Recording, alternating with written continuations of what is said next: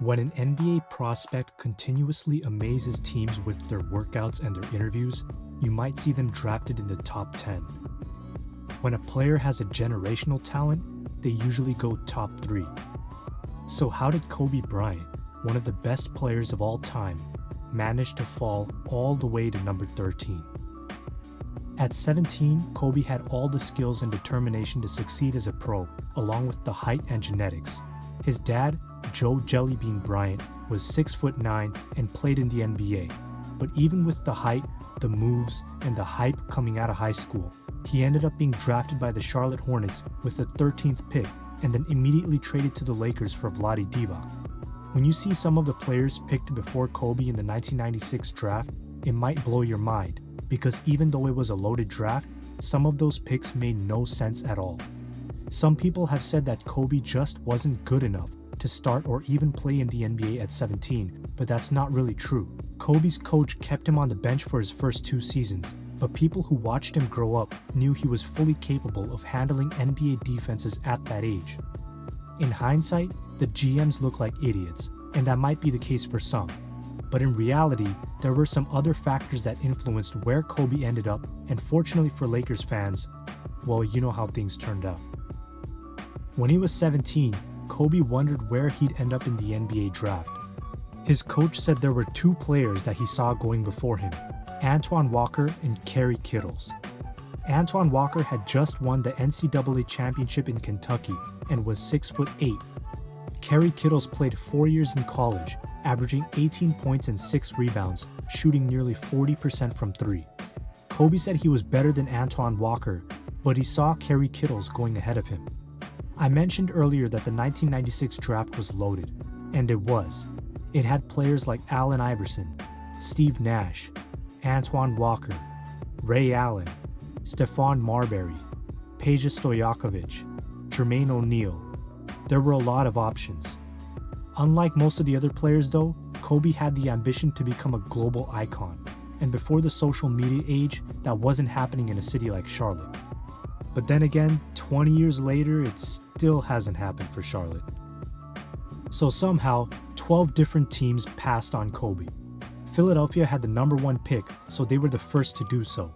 Philly loved Allen Iverson, and Kobe was the hometown hero, but it was a tough choice considering Iverson was a proven college player. Kobe would be the first high school guard to ever go straight to the NBA, and people weren't as easily sold on the idea yet. Kevin Garnett had gone as a first-round pick the previous year, but he was almost 7 feet tall, and people still didn't believe in skipping college after Garnett's rookie season. So when Iverson had a really bad first workout and Kobe continued to amaze with each of his, it was a hard choice to make, but Philly still ended up deciding on Iverson. It was said that when they were giving several players a one-on-one interview with a psychologist, Kobe's results allegedly came up with red flags. They thought Kobe might be obsessive. What they didn't realize was that this obsessiveness is what made players like Michael Jordan, Magic Johnson, and Jerry West. The Sixers even considered trading Jerry Stackhouse to get a higher pick so they could grab Kobe and pair him with Allen Iverson. They believed Kobe's elite playmaking would complement Iverson perfectly. Imagine what that backcourt would have done to the league. But for better or worse, it didn't happen. Back in LA, the Clippers had the number 7 pick. They told Kobe, "Your skill level is off the charts, your athleticism is exceptional, and your energy and enthusiasm are remarkable. But we can't draft you because people out here won't think we're serious if we draft a high school kid at number 7. You have to admit they had a point. People definitely take the Clippers a lot more seriously after they decided not to get Kobe and picked up Lorenzen Wright instead. No relation to Nick Wright, I hope. In case you're wondering, Lorenzen Wright maxed out at 12 points a game in his 5th season, but the Clippers had already traded him away to Atlanta by then. Kobe had an amazing workout with the Boston Celtics, and they seriously considered drafting him, but the Celtics were also worried about taking a high school player because they felt Kobe would take longer to be ready than a proven college player like Antoine Walker. So when they ended up choosing Walker with the number 6 pick, Walker became an all-star his 2nd season and helped bring the Celtics to the playoffs and Eastern Conference Finals in 2002. It didn't sound like a bad decision after all. But then again, in 2002, Kobe was on his way to his 3rd straight NBA title. The Nets were also interested in drafting Kobe with the number 8 pick. Kobe worked out for John Calipari, the coach of the New Jersey Nets, on 3 separate occasions. Calipari and the Nets general manager, John Nash, even had dinner with Kobe's parents the night before the draft. Kobe's parents were looking forward to the pick, everyone seemed happy, and everything looked set for Kobe to start his career in New Jersey. And then, on the day of the draft, with the Nets prepared to pick Kobe, everything changed. And the reason for this has a lot to do with the genius of Jerry West, a GM who could spot talent through the window of a moving train. When West met with Kobe, he was blown away. He thought Kobe was already better than everyone on the Lakers roster at the time. Chick Hearn, the GOAT of NBA commentators, said Jerry West called him on the phone, borderline hyperventilating and exclaiming, "I just saw the greatest workout I've ever seen, and it was by a 17-year-old. At the same time, Sonny Vaccaro, who had given Kobe an Adidas deal before he even played a minute of professional basketball, realized the impact of Kobe going to a bigger team like the Lakers instead of the Bucks or the Nets.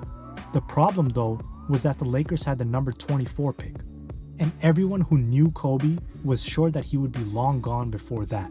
Jerry West wanted to get him earlier, but they couldn't secure a single pick higher than number 13. They also thought the Nets would definitely take Kobe at number 8. So they decided 13 was their best shot, but they needed to pull some strings in order to give themselves any hope of Kobe falling that far. Mitch Kupchak began to float rumors that the Lakers were interested in someone else, and he didn't name any names. His goal was to make the Lakers look uninterested in Kobe, so he would have less attention going into the draft. Vaccaro began to spread rumors that Kobe would go play in Italy instead of staying in the NBA. Some teams began to doubt Kobe and his longevity as an NBA player and didn't want to waste a high draft pick on such a risk. People in Kobe's camp also straight up told some teams that Kobe wouldn't play for them. The Sacramento Kings had the 14th pick, but they were told Kobe wouldn't be interested in playing there. When it came to the Nets, Kobe himself called Calipari and told him that he didn't want to be there. Kobe's agent, Arn Tellem, was set on getting Kobe to New Jersey up until that point, but once he learned that the Lakers were a serious possibility, he insisted that Kobe wouldn't want to be drafted by New Jersey. The Nets eventually picked Kerry Kittles instead, and they said it was still a tough decision for them. Now the Hornets had just traded Alonzo Mourning the previous year, and they were in desperate need of a center. So when the Lakers offered them Vlade Divac, it sounded like a great move. There were no good bigs left in that draft, and it helped that they saw 12 other teams already passed on Kobe, making the decision to trade him a lot easier. The Hornets' head scout at the time was Bill Branch, who said, "If I remember right, they didn't even tell us who they wanted us to pick until about 5 minutes before the pick was made. So it was never a matter of us actually drafting Kobe." The Hornets never considered drafting Kobe in the first place. The massive chess game paid off.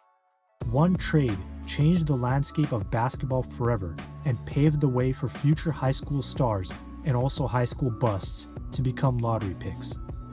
Jerry West said that he felt they had gotten the number 1 player in the draft, and looking back at the other players and how they turned out, as talented as they were, he was right. And that's the story of how one of the all-time greats got drafted by his favorite team. It was either genius, lucky, or both. Call it whatever you want, but you can't deny that Jerry West might be the greatest GM of all time. I think I speak for a lot of people when I say I would do anything to see those pre-draft workouts, along with Kobe going one-on-one with NBA players before he even graduated high school.